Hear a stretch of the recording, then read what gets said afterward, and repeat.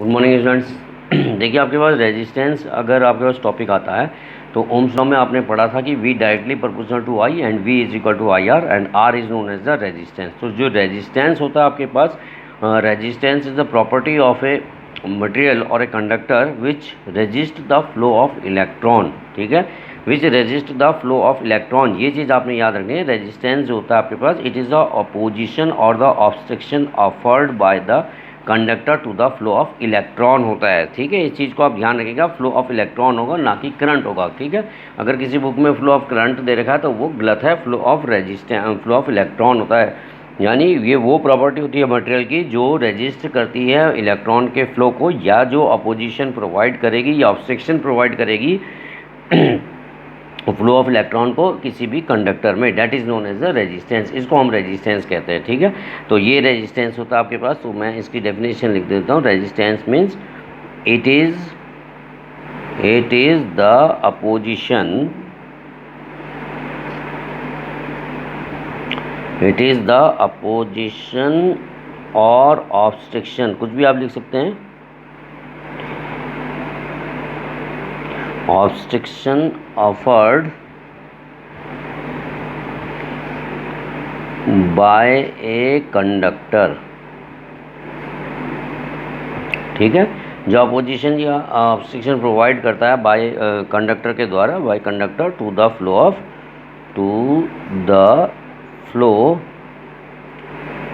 Of electron. ठीक, तो इसको हम रेजिस्टेंस कह देते हैं और इसे इसको डिनोट करते हैं हम आर से। अब आ जाएगी इसकी यूनिट, तो यूनिट आपको मालूम है, इट्स यूनिट इज ओम। इसकी यूनिट जो होती है वो ओम होती है और इसको इस ढंग से रिप्रेजेंट किया जाता है। ठीक है, अब इसमें कभी कभी क्वेश्चन आ जाता है आपके पास कि डिफाइन 1 ओम। आप 1 ओम को किस तरह से डिफाइन करोगे? तो यहाँ से आपने लिखना है, जैसे ये ना वी नो, ये चीज़ आपको मालूम है, V इज इक्वल टू होता है आपके पास IR and R is equal to होता है आपके पास V ऑब्लिक I। ठीक है, तो ये V ऑब्लिक I है आपके पास। V जो हो गया आपके पास ये पोटेंशियल हो गया, I आपके पास यहाँ पे करंट हो गया आपके पास। ठीक है, तो अगर मैं इसकी वैल्यू को 1 ले लूँ, ठीक है, सपोज करिए मैं 1 वोल्ट ले लेता हूँ। V इज इक्वल टू हो गया आपके पास 1 वोल्ट एंड जो I हो गया आपके पास, ये हो गया आपके पास 1 एम्पियर। ठीक है, तो 1 एम्पियर का मतलब हो गया आपके पास, ये इक्वल हो जाएगा आपके पास, अगर 1 वोल्ट और 1 एम्पियर पर 1 एम्पियर हम ले लें, then it must be equal to the 1 volt per ampere, और 1 वोल्ट पर एम्पियर का मतलब हो गया इज इक्वल टू 1 ओम। ये 1 ओम हुआ। ठीक है, तो अगर आपके पास क्वेश्चन आता है कि डिफाइन 1 ओम, 1 ओम को कैसे करके आप डिफाइन करेंगे?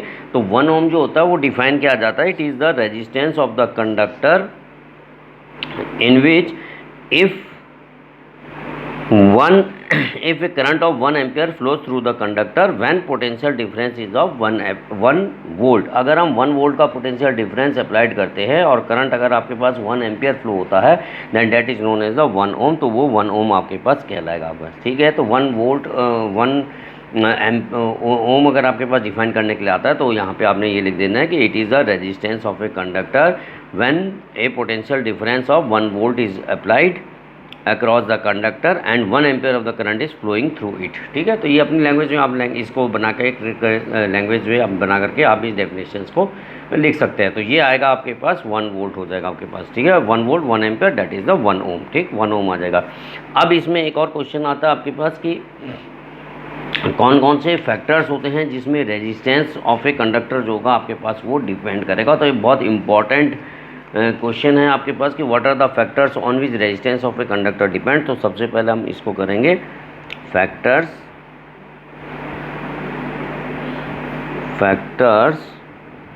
On which resistance of a conductor depends. ठीक है, तो कौन से फैक्टर्स होते हैं जिसमें रेजिस्टेंस ऑफ ए कंडक्टर जो होगा वो डिपेंड करेगा? तो देखिए, जो सबसे पहला फैक्टर है जिसमें resistance of a conductor depend करता है वो होता है आपके पास length. Means if we increase the length of the conductor then resistance of the conductor will increase and if we decrease the length of the conductor then resistance of the conductor will decrease. ठीक है, तो resistance जो होता है आपके पास वो depend करता है, रेजिस्टेंस जो होता है वो डिपेंड करता है आपके पास लेंथ के ऊपर। यानी लेंथ को अगर हम बढ़ाएंगे या लेंथ को अगर हम घटाएंगे तो रेजिस्टेंस ऑफ कंडक्टर भी है उसी हिसाब से बढ़ेगा या घटेगा। ठीक है, तो पहला फैक्टर जो होगा उसमें आप लिखेंगे कि रेजिस्टेंस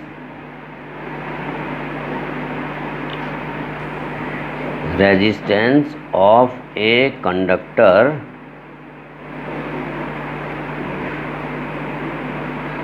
is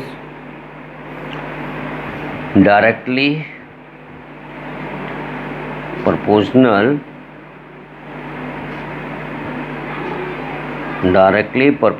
to the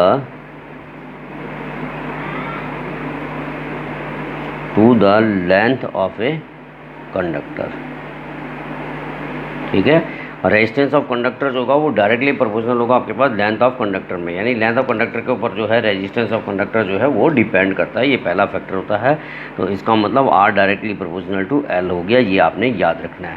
इसका मतलब ये होता है कि if we increase the length of the conductor then the resistance of conductor will automatically increases, and if we decrease the length of conductor then resistance of conductor will also decreases. ठीक है, तो resistance of, अगर आप length को बढ़ाएंगे तो resistance बढ़ेगा, length को घटाओगे तो रेजिस्टेंस भी जो होगा वो घट जाएगा। ये आपने पहली चीज़ जो है आपने इसमें से नोट करके चलनी है आपके पास। ठीक है, अब दूसरा फैक्टर्स कौन सा होगा? दूसरा फैक्टर होता है आपके पास एरिया। ठीक है, तो सेकंड फैक्टर आ गया आपके पास एरिया, और एरिया के जो होता है वो इन्वर्सली प्रोपोर्शनल होता है, यानी जो रेजिस्टेंस होगा आपके पास, resistance of conductor is inversely proportional to, तो resistance of a conductor is inversely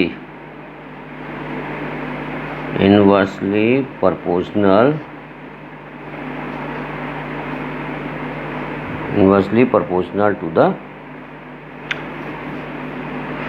to its area। ठीक है, टू इट्स एरिया। एरिया का मतलब हो गया आपके पास कि जो रेजिस्टेंस होगा वो इन्वर्सली प्रोपोर्शनल हो जाएगा एरिया ऑफ ए कंडक्टर। ठीक है, एरिया ऑफ कंडक्टर का मतलब हो गया कि अगर आप जो है एरिया को बढ़ा देते हैं या एरिया को कम कर देते हैं तो रेजिस्टेंस भी उसी हिसाब से कम और ज़्यादा हो जाता है आपके पास। ठीक है, देखिए अगर आपके पास ये हो गया, ये मैंने एरिया ऑफ क्रॉस सेक्शन ले लिया आपके पास। अब इस वायर में देखिएगा, ये फर्स्ट वायर है, इस फर्स्ट में एरिया ऑफ क्रॉस सेक्शन जो है आपके पास ये A1 है, और ये दूसरी वायर मैं ले लेता हूँ, इसमें जो है ये एरिया ऑफ क्रॉस सेक्शन कैसा है आपके पास, ये ज़्यादा है। तो सेकंड वाले केस में देखिएगा आपके पास ये A2 हो गया आपके पास, और A2 जो है वो ग्रेटर है A1 से, A2 is greater than A1। अब यहाँ पे देखिए आपके पास कि अगर इलेक्ट्रॉन्स जो है मूवमेंट करते हैं यानी वाइब्रेट करते हैं आपके पास, तो यहाँ पे क्योंकि एरिया ऑफ क्रॉस सेक्शन कम है तो कोलिजन ज़्यादा होगा आपके पास, यहाँ पे रेजिस्टेंस ज़्यादा हो जाएगा। लेकिन यहाँ पे ये जो वायर है आपके पास, ये एक थिक वायर है, इसका रेजिस्टेंस जो है वो ज़्यादा हो जाएगा। ये हो गया थिक वायर, अगर थिक और थिकनेस के फॉर्म में देखें थिक वायर है ये, और ये थिन वायर है। तो अगर जो थिन वायर होगी तो यहाँ पे इलेक्ट्रॉन्स को जो है मूवमेंट करने में ज़्यादा रेजिस्टेंस वो लगेगा, और यहाँ जो होगा वो इजीली मूव कर जाएंगे, तो यहाँ पे जो होगा रेजिस्टेंस होगा वो कम हो जाता है आपके पास। ठीक है, तो इसीलिए एरिया के जो है रेजिस्टेंस इन्वर्सली प्रोपोर्शनल होता है। तो अगर एरिया को हम बढ़ा देते हैं तो रेजिस्टेंस कम हो जाएगा, और एरिया को अगर हम कम कर देंगे तो रेजिस्टेंस होगा वो बढ़ जाएगा। तो ये चीज़ आपने ध्यान रखनी है कि रेजिस्टेंस ऑफ कंडक्टर जो होता है वो इन्वर्सली प्रोपोर्शनल होता है एरिया के। ठीक, तो ये दो फैक्टर्स हैं जिसमें रेजिस्टेंस जो कंडक्टर का डिपेंड करता है। Now what will happen if we join these two equations, अगर हम इन दोनों इक्वेशंस को ज्वाइन कर देते हैं तो क्या होगा। ठीक है, तो यहाँ पे आप लिख लेंगे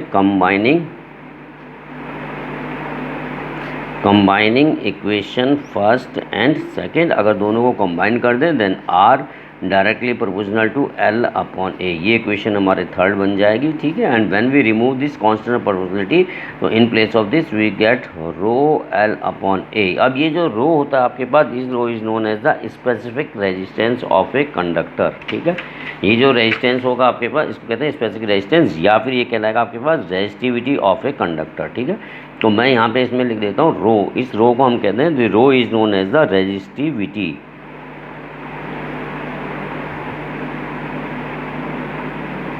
ठीक है, रेजिस्टिविटी ऑफ ए कंडक्टर, तो ये रेजिस्टिविटी ऑफ कंडक्टर होता है आपके पास। ठीक है, अगर इस रेजिस्टिविटी ऑफ ए कंडक्टर को हमें डिफाइन करना है, if want to define it then rho is equal to, देखिए सिंपल हो जाएगा, आर ए अपॉन एल हो जाएगा आपके पास, और यहाँ से ये रेजिस्टिविटी हो जाएगी आपके पास। तो ये जो रेजिस्टिविटी होगी आपके पास, if you want to find its unit, तो यूनिट भी देख लीजिए इसकी क्या होगी। रो की यूनिट होगी, आर की यूनिट होती है रेजिस्टेंस, ए मीटर स्क्वायर हो गया।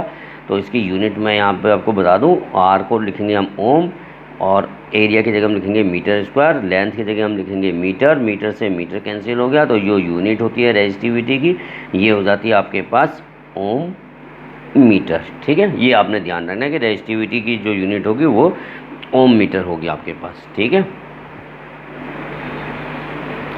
अगर इसको डिफाइन करना चाह रहे हैं आप, अगर सपोज करिए डिफाइन करने के लिए आता है, हालांकि बहुत रेयर केस में आता है आपके पास कि resistivity of a conductor define करिए, बट अगर आ जाता है तो रेजिस्टिविटी ऑफ कंडक्टर अगर आप डिफाइन करना चाहते हैं तो इसको आप लिख सकते हैं, it is define as the resistance, is defined as the resistance offered by a conductor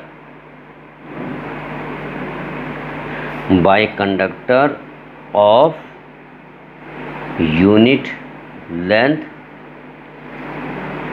and unit area of cross section, unit area of cross section, such that current flow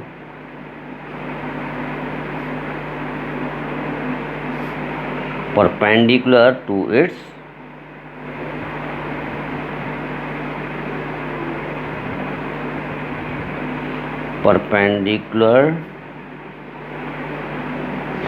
opposite phases, ठीक है।